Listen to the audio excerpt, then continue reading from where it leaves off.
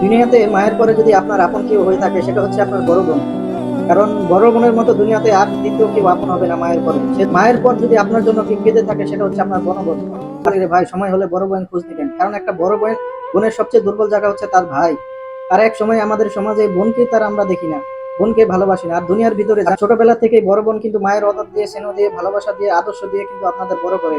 কিন্তু এক সময় এসে পরিবারের চাপে বা ফ্যামিলির চাপে আমরা কিন্তু সেই বড় বোনকে ভুলে যাই, তার কোনো খোঁজখবর নেই না। কিন্তু আড়ালে আড়ালে সেই বড় বোনই কিন্তু আপনার জন্য কাঁদে, নামাজে পড়ে আপনার জন্য দোয়া করে। সেজন্য হলে বলি যে ভাই, যদি সময় হয়ে থাকে তাহলে বড় বোনের একটু হলে খোঁজ নিয়ে দেখবেন। যদি ভিডিওটা ভালো লাগে অবশ্যই বেশি বেশি শেয়ার করবেন। এই ভিডিওটার মাধ্যমে আমি সেটাই প্রকাশ করানোর চেষ্টা করছি।